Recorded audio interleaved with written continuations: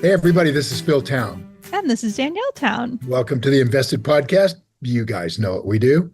Hmm. We do our best to try to figure out how to help you be a better investor by helping ourselves understand ever better the whole process of Warren Buffett style investing, By which helping is, me learn investing.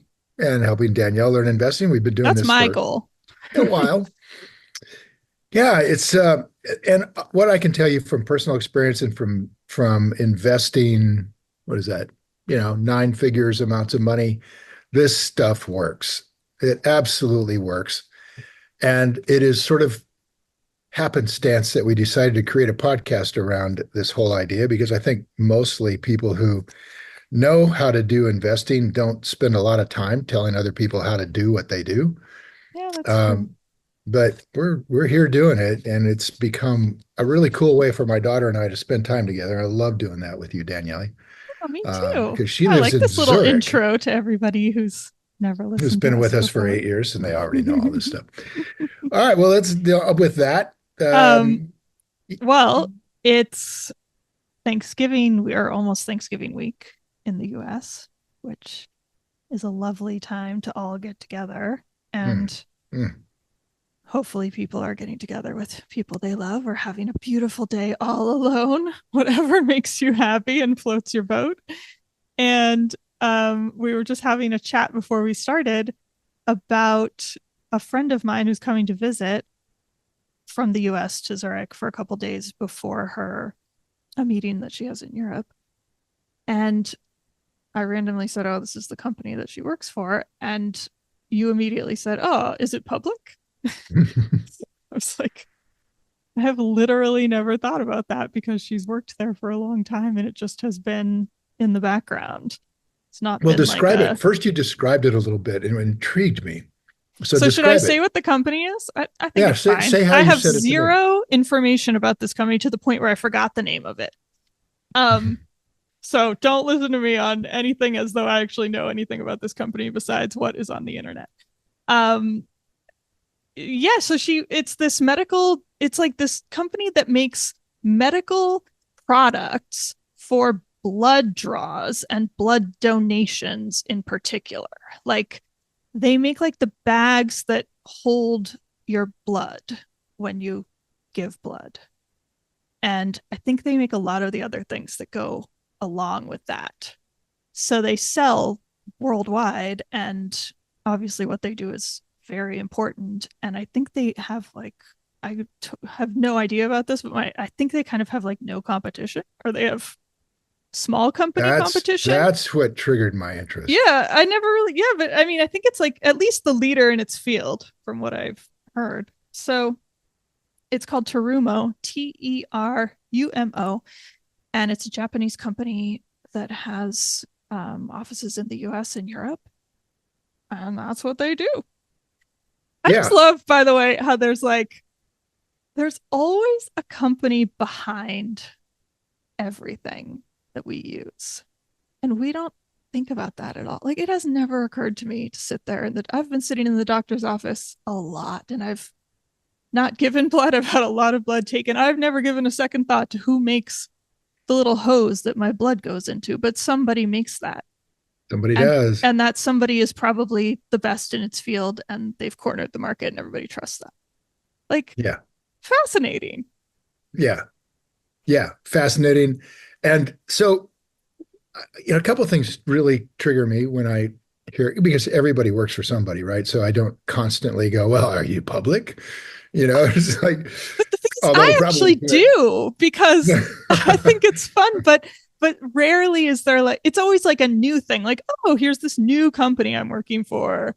Yeah, Interesting. Let's find out about it. But it didn't really this I've been saying on this podcast now for months, like talking to people, friends, family, when you're at these events can lead to surprising things that have never poked out before. And it just makes it really fun. So yeah, yeah, I it had does. never this it's just always sort of she's worked there a long time. It's always sort of been there. So I and it was from before I started learning investing. So it didn't pop up for me until The right now. crazy thing is is I wonder how much your friend actually knows about her own company. Not that, and not picking on her, just that in general, when I talk to people about their companies, they don't think of their companies as an investment. I a It's where lot they of work, yes, it's I what they agree. do, it's what the company does, it's how it's, all of that, but not, is this something that's going to grow long term? And if I owned a piece of it, I would be improving my financial Do you position. think that's really true now, though? I mean, I can see that being true Well, like I a have to long say, time ago, but it's been these a while since days, I've been chatting with people about who they work for. So, yeah, I yeah, you mean, might be like right. now it's so normal to get stock in a startup or like join a company and have some sort of combined compensation plan. I feel like it's much more talked about than it used to be for sure. I remember your grandfather who worked for Standard Oil, and Standard Oil is public, um, showed me their listing in the newspaper one day. We're talking about back in must have been about 1960 maybe.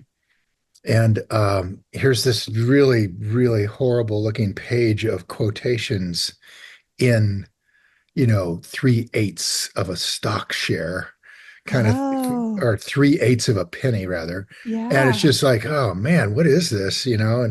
And my dad never was an investor and he didn't really know anything other than Standard Oil had a stock and he probably had some interest in it just from his retirement plan or something, Hmm. enough to show me. But that was it. He didn't So he know was watching it. anything. Yeah, but he didn't know anything about why the company would be priced where it was priced. He had no idea at all. Well, and So to be when fair, you, that's because at that time it was really hard to get that information a sole person in your well, house. well, Was it not? Didn't you no, have to go it's to the not like library today. and all that Yeah, a or whole you like, don't oh, ask I for walked it. uphill both ways kind of story? Yeah, you'd ask, you'd have to ask for it, and it would take a couple weeks before information would come. And moreover, you have to know what to ask for. Yes. So True. the level of financial education in terms of investing that people had back then was probably worse than it is today, just because the internet has made so much of the financial information visible and free, Yeah. right? You could really get at it quickly. Yeah.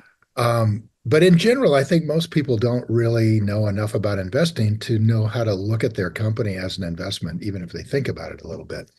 At least I think that might be still true. It might be. So I thought it might be interesting to just take you want to dive into this one real quick and just Yeah, kind of I'm see how, interested. I'm yeah. curious. Well, and So also well, I like, was going to say what triggered me was that, oh, these guys don't have any competition. Your thought that they might not have any real competition. yeah, That was really interesting. Immediately, I am all ears when I hear that because yeah. of course I'm looking for big moat, wide moat, wonderful businesses who are defined. I mean, in a perfect world, like, yeah, we just don't have any competition. Yeah. It's funny because that would perk me up too, but somehow it's always been true for many years, so I've never given it a second thought. It's just so weird how stuff just kind of like is Floats by. there and it grows weeds and you don't see it anymore because it's just part of the furniture. There's Yeah, yeah. a lot of stuff in It our can be lives like like that, that I for think. sure. Yeah. Well, Yeah, let's go so into what this did a bit. so you hear something like that, you personally hear Hmm. something like that and you do what? I said, what's the name of the company and Yeah. is it public? Yeah, which I didn't know and I forgot the name. So I Googled blood medical device something or other and it came up. So No figured out way. the name. Yeah, so they are big. Um and yeah, it was the first one. And clicked on it and then what? So are we hiding the name? No, no, I From said the name our, Terumo. okay, Terumo. And all right, and then what? So I go over to Terumo online and I just put in Google Terumo, Terumo, and hit go. And it came up with a link to this Terumo company. So then I'm on their main web page, and there's a list of things across the top that are items I can click on, and one of them is about Terumo. And so I clicked on that, and then there's a list of stuff you can go from there. And I see the thing that says who we are. Figure, okay, why not just go right there? So I'm on the who we are page. Now remember, Danielle said something like, what did you say that they do They again? make the equipment that you use for blood donation. Right on. The equipment they use for blood donation. Okay, now listen to what they say they do. Ooh, Uh, tell. Terumo, they're TSE, which means the Tokyo Stock Exchange. And this Tokyo Stock Exchange doesn't use names, it uses numbers. So they are Tokyo Stock Exchange colon 4543, if you're interested. They say, is a global leader in medical technology and has been committed to contributing to society through healthcare for 100 years. Wow. All right. Global leader in medical technology. Whoa, way Well, bigger yeah, they probably make other industry. stuff. Yeah. Okay. Based in Tokyo and operating globally, Terumo employs more than 30,000 associates worldwide to provide, and here we go. This is what they say they do, innovative medical solutions. That's what we do, innovative medical solutions. So you couldn't be broader than Yeah, that in the thanks medical. for that Yeah, information. that's really deeply informative. In more than 160 countries and regions. The company started as a Japanese, now they're going to actually get in and help us understand it a little bit. The company started as a Japanese thermometer manufacturer 100 years ago and has been supporting healthcare ever since. Now, its extensive business portfolio ranges from vascular intervention and cardiosurgical solutions, Ooh. blood transfusion and cell therapy technology, to medical products essential for daily clinical practice, such as transfusion systems, diabetes care, peritoneal dialysis treatments.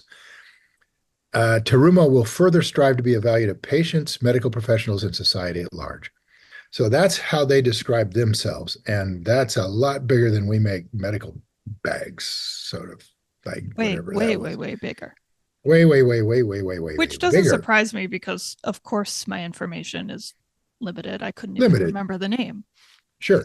So now we have a sense of a very substantial player, and I'm still intrigued by the idea that they have no competition. Now I'm starting to think, oh yes, they do. Oh, yes, they do. Because everybody does.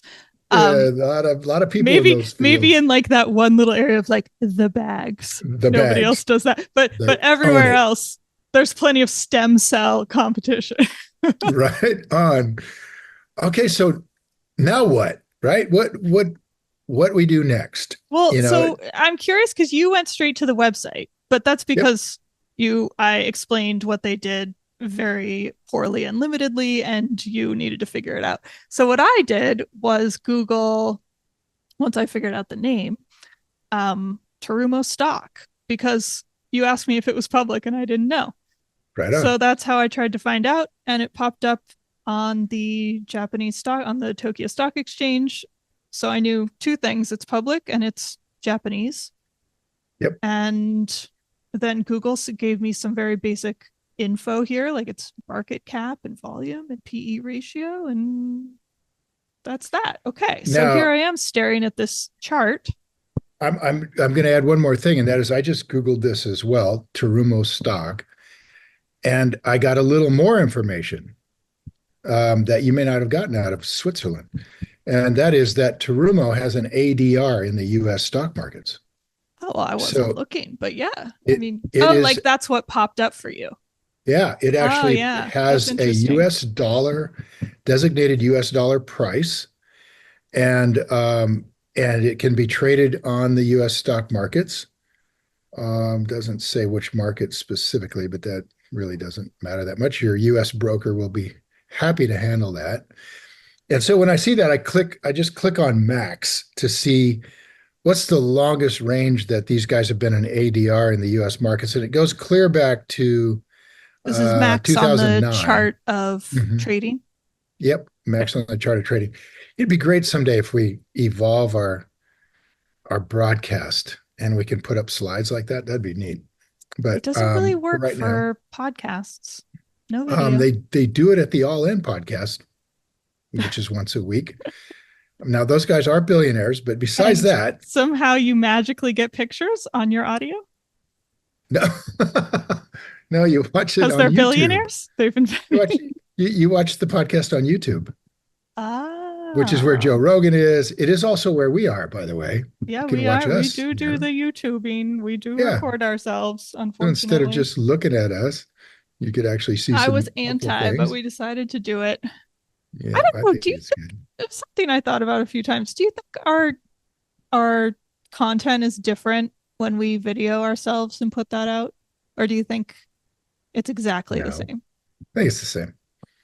It's Yeah, I pretty think it's much the the same. Now, same. if we started putting up charts and graphs, it might change us to more of a charting and graphing sort of, Ugh.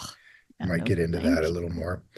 But for this very moment, let me describe to you listeners as you're puttering along toward work in traffic that this thing's listed in 2009, early 2009 at $4 and is now at $19. So we're talking about, oh, what is that? 15, 16, 17 years, 16, six, wait, I can't do the math. 15 years. So 15 years, and they have doubled and doubled again and a little bit more. So two doubles in 15 years, and using the rule of 72, this is what I'm doing in my head. Hmm. I'm thinking out loud.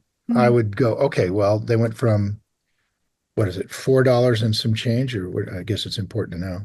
Yeah, right around $4, 420, um, up to $20. So they went from basically $4 to $20. That's 4 to 8, 8 to 16, and another quarter of a double. So two and a quarter doubles into 15 years. So 2.5 into 15 is 6, right? So they basically have doubled every 6 years in terms of their stock price, which produces a stock return that they've gotten so far of about 12% a year. So all of Yeah, that I that's. just did is just in my head with rule of 72, which Have you we've talked about. explained the rule of 72 in a while? Gosh, I don't Probably know. not. Shall I explain Do it? you feel like it? Yeah, I hope I can do it right. I use it, but I don't know if I can say what it is. When I was in the Army as a lieutenant, the joke about lieutenants was, I are one, but I can't spell it, that kind of thing. I feel like that about the rule of 72.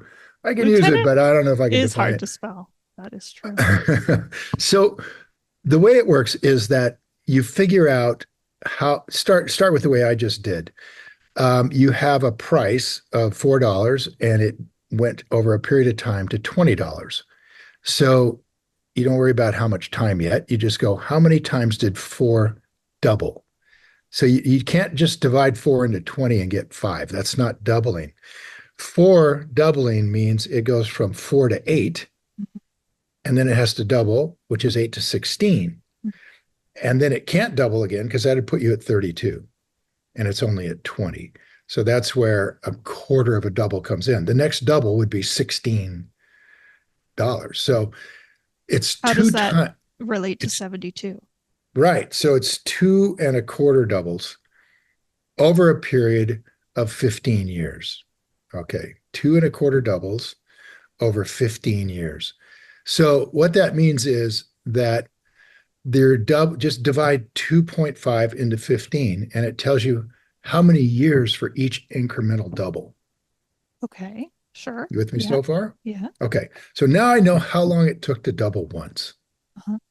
That's what I'm driving for. So if this was $4 and 15 years later it was $8, it doubled once. If it was $4 and 15 years later it was $16, it doubled twice. You see? So I what I need to do. know is how many years it took to double. So now I know it took 6. I feel like I'm Almost missing there. something because you haven't said 72 yet. Coming up. All right, so let's I don't want to make sure you understand where I'm getting this number 6. So if 4 went to 8 in 15 years, how many years did it take to double once? If 4 went to 8 in 15 years, it took Yeah, 15 years to double once. exactly. And if 4 went to 16 in 15 years, how many years did it take to double once? It took what? 7 years, 7.5, 7.5. right? Yeah. Sure. Yeah. So I've got you the with me? yeah. Okay. So that's where we get the six. It doubled 2.25 times in 15 years. I Yeah. divide that into 15 and I get six. 6 years. 6 years. Yeah. Now I can use the rule of 72 to determine what the growth rate is as a percentage annual Ah, compounded growth rate. And I do pulling that along by, on our like basic division here. Okay, finally we get to yeah, the point. now we get to the point. 6 into 72 Six is years 12. Yep. into We know 72 because 72 is a magic number in some it's a way. magic number. Yep. It's a magic number. So Okay. 6 goes into 72 12 times. 6 times 12 is 72. 12 It's a nice little fact to times. know off the top of your head. All right. So 6 into 72 is 12. 12 what? 12% per year for 6 years growing Got is it. the way that means. 12% per year will double whatever you started with in 6 years. Did you say you That's what learned that that in means. the Army? No, I Oh, learned how to spell lieutenant in the Army. gotcha. So, which is just about as hard as figuring out rule of 72. I thought you were All saying they right, taught you the rule of 72 and then they were like, it's just as hard as spelling lieutenant. You can do it. you can do it. No, but close. I'm telling you that. So there it is. There's the rule of 72. Now we know we've got something that grew its stock price over that 15-year period of time by 12% per year. Now that's that's not really all that impressive when you think about it. That's about what the stock market did anyway, without any help. Um, but That's an if we interesting thing look, to say. Okay, go yeah, ahead. so basically it's going right along with the stock market. But if we look at its chart one more time, and this is where I wish I had it in front of you guys, we see that by the almost the end of the year 2021, so post COVID, the end of the COVID thing, this thing was priced. And think about what COVID was: big medical emergency, right? Yeah. All right, these guys are in the medical business. Yeah. Okay, so they crushed it, and their stock was at $25 a share in 2021, which was not 15 years from the time they started. It was only what? That would be 12 years. Mm-hmm. And it's not at 20, it's at 25. So if we went from 4 to 25, that's 4 to 8, 8 to 16, and it's not a quarter anymore, it's a half. It's almost to 32, better than a half. So we almost got to three doubles, and we almost got there in 12 years. So if we were to really loosely do this math, three doubles in 12 years, 3 into 12 is 4. Now we're doubling every 4 years.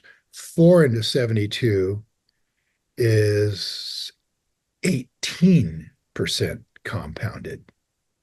So, okay, so what I'm Now looking they're at, now I guess what I'm saying is they were crushing it and growing but like a weed. they were, but are they? Because this is something that you see in charts a lot. Mhm. So what I'm looking at, which is I'm assuming the same chart except just in yen, is that its price was almost what it is now in 2021, as you're saying, That was and higher. then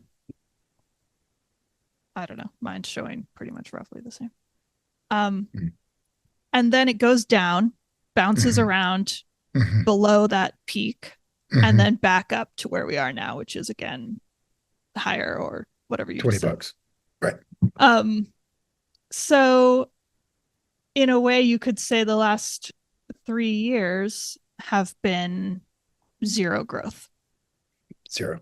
Less And than zero. so, yeah. So If you bought the looking, if you bought the stock in September of 2021, you would be running 20% loss at this point. that's much that it's well above the peak in 2021. This has the peak as roughly I don't know what 2,700 yen, and then the peak where that's it is because now is 3,000 yen. wow.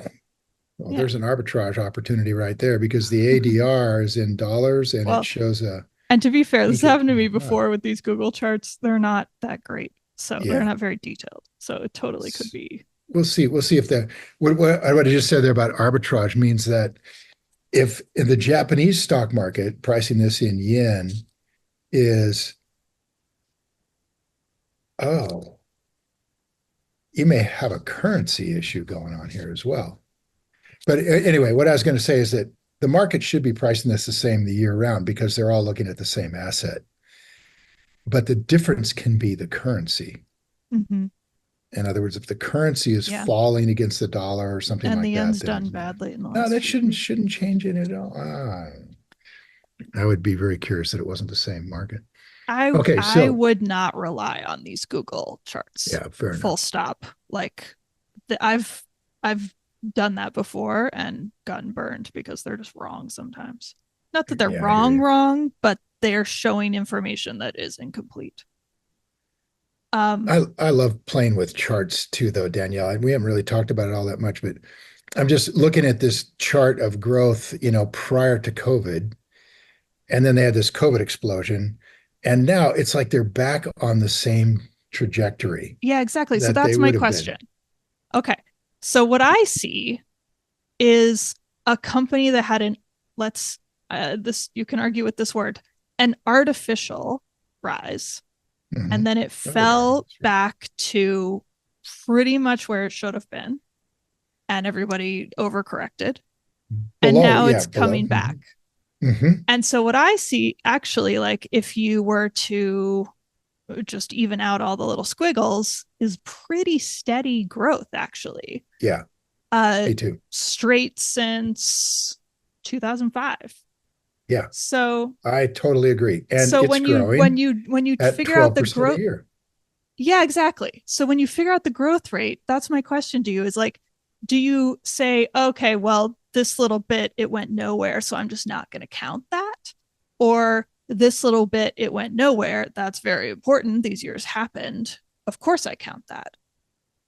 Well, what I'm looking at is what is kind of the long-term growth of this business reflected in its stock price, with the idea that the market in the long run is a weighing machine. It Mm, will put the price where the value is, and it should put the growth rate where the growth rate is. In other words, the growth rate of the stock should not exceed the growth rate of the company's revenues and sales yes. for the long term. It may for the short term, if there's bursts of growth, the stock will take off in anticipation of nothing could ever go wrong in the future. Yeah. But in this case, we do see that this thing.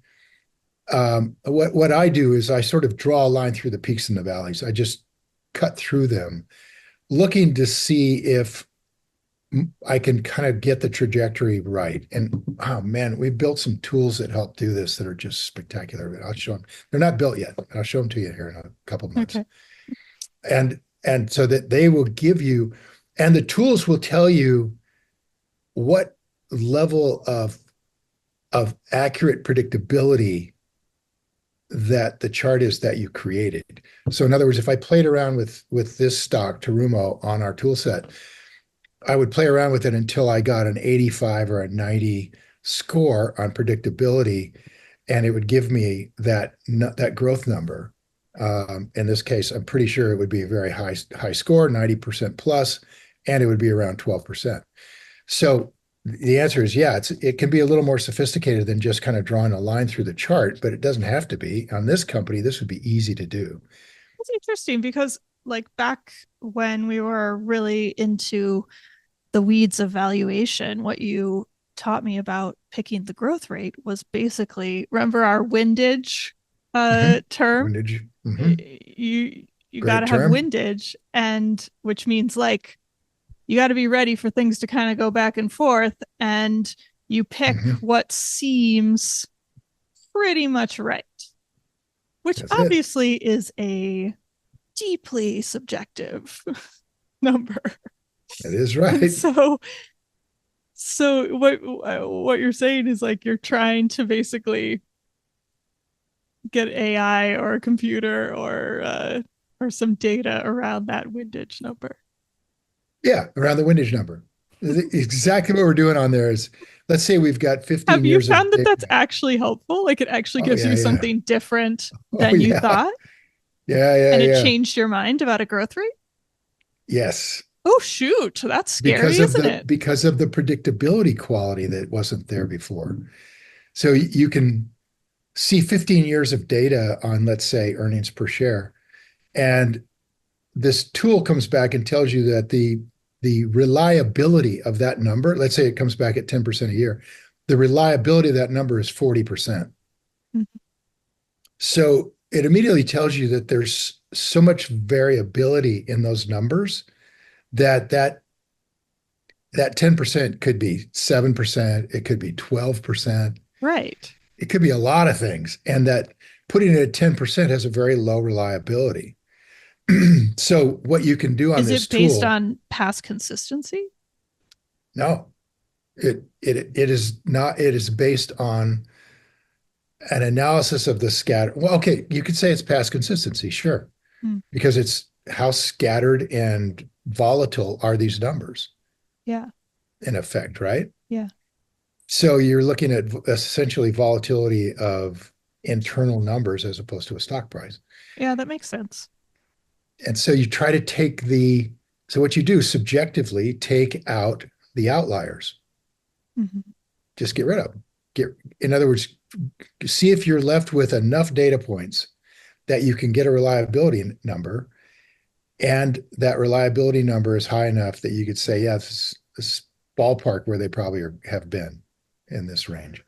I And think it's you've pretty really great. had this, you've run it and you've said, oh, I really missed something on this Yeah, chart.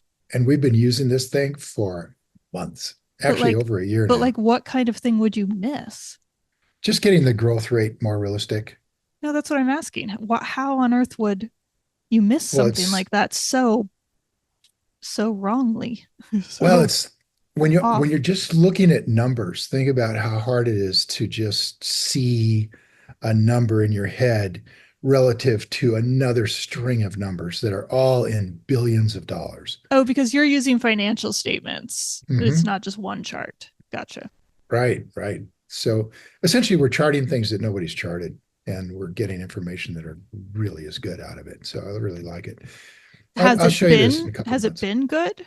Like as Yeah. in, I guess you haven't had enough time, but the predictive factors have borne themselves out. They've Well, happened. we haven't had enough time. You give me 10 years, I can tell you Yeah, exactly. for sure. But Exactly. they just feel like it's so much having that predictability quality to it gives us a lot of confidence that that's a better number than just some subjective number we're pulling out of the thin air. Hmm. I'm so curious about this because it's maybe I'm off, but a sense that I've had from our discussions is that consistency is not necessarily the virtue that Wall Street thinks it is. Fair. That's true. And That's true. so here you're saying I'm basing my growth rate on consistency, which, isn't something that you have never thought about. Like, so that's what you do when you try to figure out a growth rate. Right. So you're essentially saying, okay, in this big pile of numbers, do we have, let's say out of 15 numbers, do we have 10 of them that'll give us a pretty good line here? Right. Yeah, exactly. And we're pulling consistency out of a mass of numbers essentially. And that's basically what you do when you're looking at a chart without Mm-hmm. that sort of ability. You're Mm-hmm. saying, where would I put my line? Mm-hmm. And then what is that growth rate from start to finish? And then Yeah. you ask yourself whether that's sustainable. Right. Okay, so I'm coming down with these guys, we're coming down to a 12% growth rate. Is that sustainable? Well, what industry are they in? Well, healthcare isn't going backwards. People are getting older like crazy. And the most they pay for healthcare is in the last 2 years of life. So, yeah, this is going to be growing as an industry. And I don't know beans about this company, except they seem to be doing well. And for that, I've got another couple of charts I'll show you in a second. Oh, But okay. Well, we can talk yeah, about that next time. okay. Are we there? Are we running out of time? We're Time. This there. is so fun. I know. Okay, well let's dive into this Terumo. You guys go take a look at it, and I'll give you a hint. Go to their website. They've got financial data charted on there. And I think if you look at it, you'll see, wow, these guys are fairly impressive recently. Cool. Yeah, Who knows? I Maybe know. this random thought turns into something. I doubt that they're on sale because you came up with a number right away, which was a PE ratio of what? Google gave it to me. Let's see. I think it was 38. It went I think so away. too. Where did it It's up in go? the 30s somewhere. And you'll remember that if that Here it is. Yeah, 38. okay, if we feel like that is a pretty accurate PE ratio, if the market's being rational, then historically that would indicate a growth rate of about 19% per year. But they're not growing at 19% per year. They had a burst where they grew at 19% per year, but now they're slowing down. Maybe they can return to that. The market seems to think so. It's remembering the growth rate from 2009 to 2021, which was 18% a year, justifying a 36 PE. All right, the market's a little more enthusiastic, 38 PE, but close enough. But now they seem to be growing at a much slower rate. So that would be an important thing to know. But what I'm gathering from that right away is they're very unlikely to be on sale in a big bull market. Everything's booming. And these guys don't seem to be the exception. So I'm thinking there's no real rush here to jump in and figure this all out because we're not going to be buying this anytime soon. That's always a But nice that, feeling yeah, to have hey, time. we got time to dig into this a little I bit, hate that moment of panic when I discover a company and I'm like, this might be on sale. Oh my God. right? I gotta rush. And trust me, we just did this.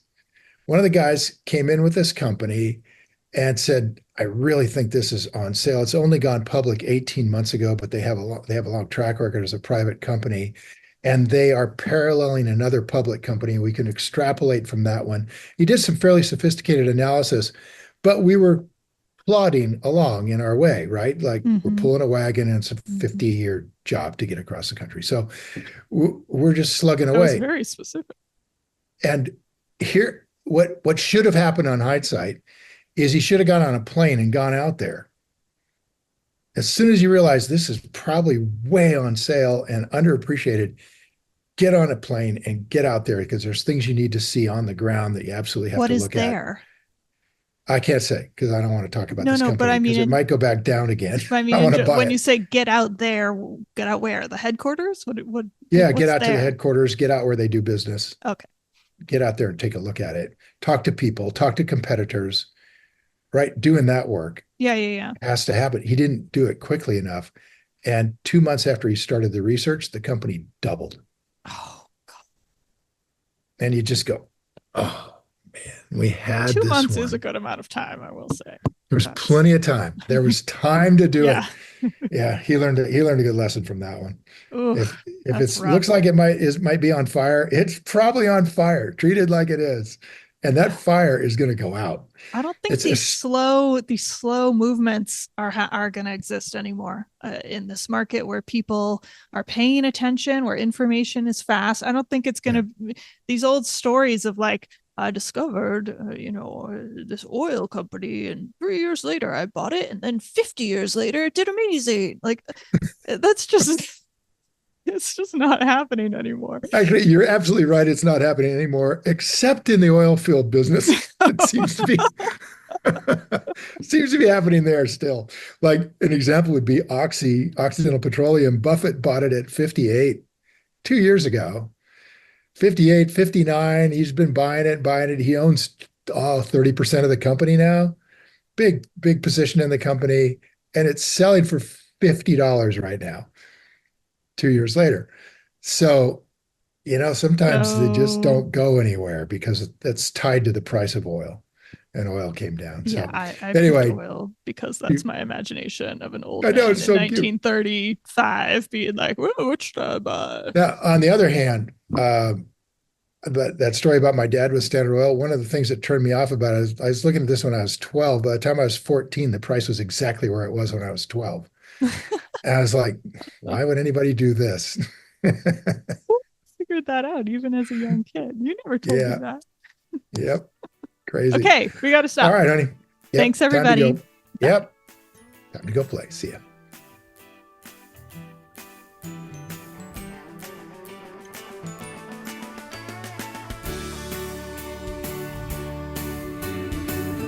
Hi, guys. Thanks for listening to InvestED. If you enjoyed this episode and you want more information or to listen to additional episodes, visit our website at investedpodcast.com and sign up for my virtual workshop right there. Spots are definitely limited for this event. I'm not kidding. They really are. They sell out very quickly. So everything discussed on this podcast, by the way, is either my opinion or it's Danielle's opinion. And really important, it's not to be taken as investing advice because I am not your financial advisor, nor have I considered your personal situation as your fiduciary. So remember that. You're on your own here. This podcast is for your entertainment and education only, and I really hope you enjoyed it.